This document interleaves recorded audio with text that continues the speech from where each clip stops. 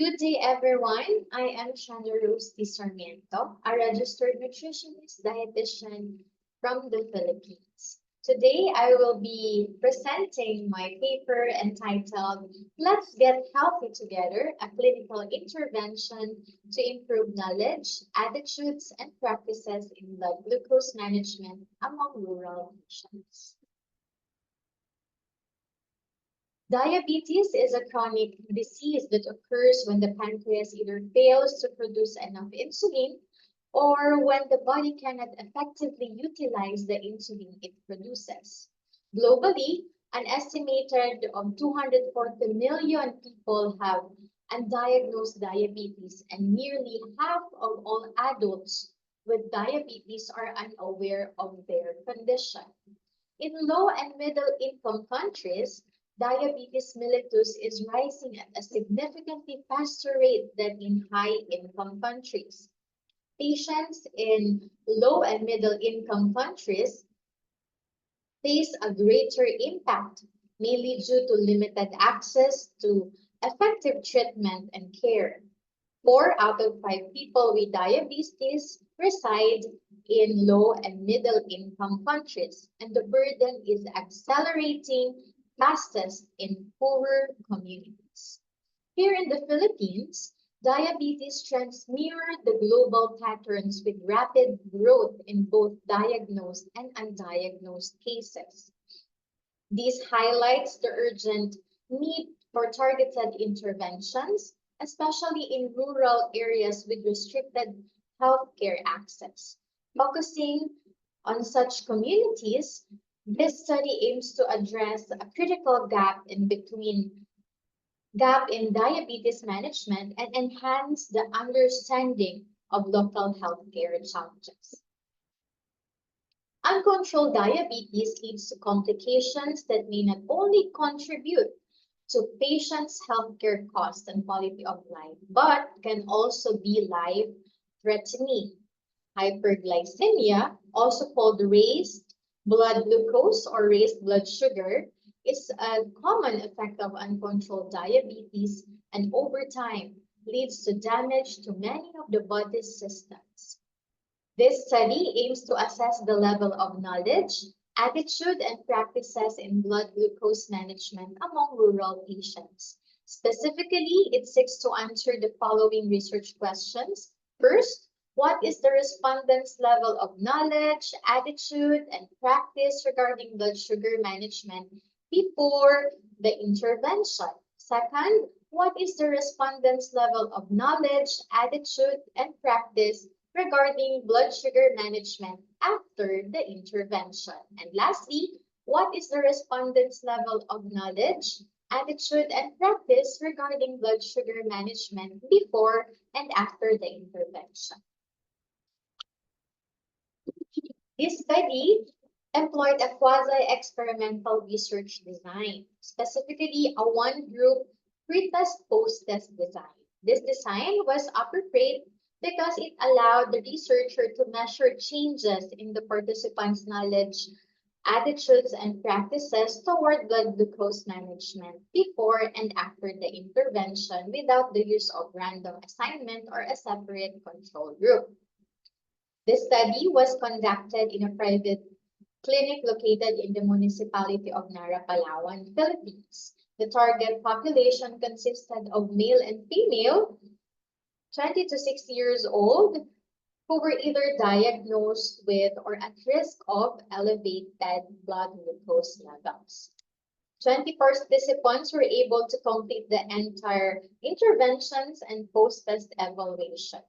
The study employed a purposive sampling technique, a non-probability sampling technique where researchers intentionally select participants based on specific characteristics relevant to study. A purposive sampling was utilized to ensure that only participants with relevant characteristics were included, allowing the study to focus specifically on individuals who could provide meaningful insight into the effectiveness of the intervention on blood glucose management. A validated questionnaire, structured questionnaire was used to collect data on respondents' knowledge, attitudes, and practices regarding blood glucose management. It consists of 4 parts. The first part covers the demographic profile, including basic information such as age, sex, educational attainment. The second part measures the knowledge on hyperglycemia through true or false questions. The third part assesses their attitude toward blood glucose management using a 4-point Likert scale. Strongly agree, agree, disagree, and strongly disagree. And lastly, the fourth part evaluates their practices affecting healthy lifestyle using frequency responses such as always, often, rarely, and never. The data obtained from respondents were systematically collated and subjected to statistical analysis. The study utilized the paired t-test to determine whether there was a significant difference between the respondents' pre-test and post-test score. In addition, descriptive statistics such as frequency, percentage, mean, and standard deviation were used to summarize and describe the respondents' demographic profile and their knowledge, attitude, and practices related to blood glucose management.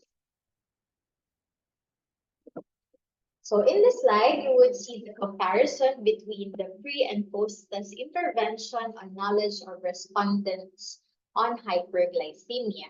For the pre-test, the mean score was 6.8 with a standard deviation of 2.02. For the post-test, the mean score was 6.55 with a standard deviation of 1.54. Both pre-test and post-test means fall under a high knowledge category, including indicating that the participants maintained a similar knowledge across the two assessments. The paired t-test results showed the t-value is negative 0.64 with a p-value of 0.529, which indicates that there was no significant difference between the pre-test and post-test knowledge scores. The effect size with a Cohen's p-value of negative 0.14 indicating a very small negligible decline in knowledge scores. For the attitude towards blood glucose management, the results showed that the respondents generally had a very positive attitude before and after the intervention. For the pretest, the mean score was 1.61 with a standard deviation of 0.329 or 0.33. For the post-test, the mean score was 1.75 with a standard deviation of 0.358 or 0.36, reflecting a small shift toward less agreement with the attitude items. However, this difference was not statistically significant. For the paired t-test, result showed that the t-value is 1.40 with a p-value of 0.179.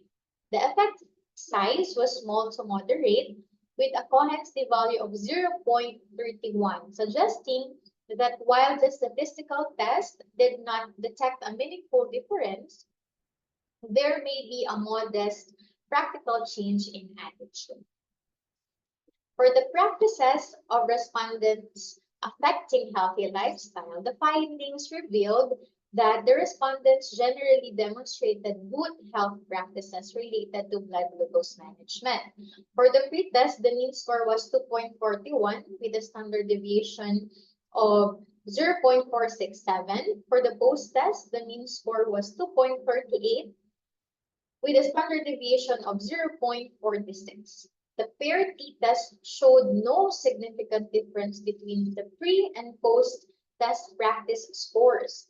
The t-value is negative 0.32 with a p-value of 0.75. The effect size was negligible with a Cohen's p-value of negative 0.07, suggesting that the intervention did not produce a meaningful change in practice. The study observed that the respondents demonstrated a high level of knowledge, a very positive attitude, and good practices in blood glucose management before and after the intervention. A similar CAP study by C et al. Was conducted in relation to disease management with comparable trends observed in studies by Alain Ballou et al. And Abugalambu et al., where knowledge and attitude were good, but practices remained poor among participants. In contrast, CAP studies by Johnson et al. And Shabnum and Sarwar found a positive attitude toward diabetes control and glucose monitoring, but poor knowledge and practices among participants. While the intervention did not result in a substantial increases in mean score, it helped equalize knowledge levels among respondents. It supported the retention of positive attitudes and practices, indicating its value in stabilizing these outcomes.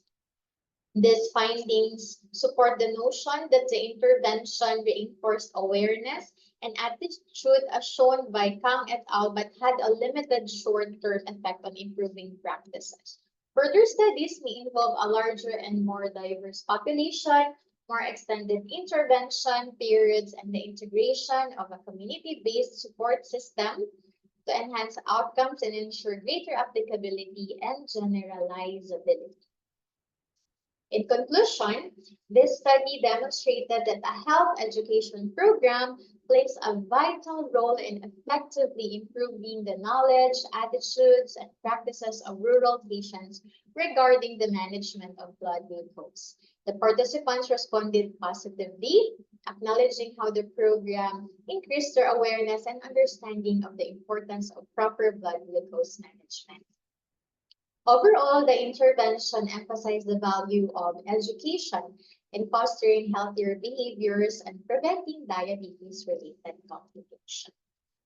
These are the references that I used in this study.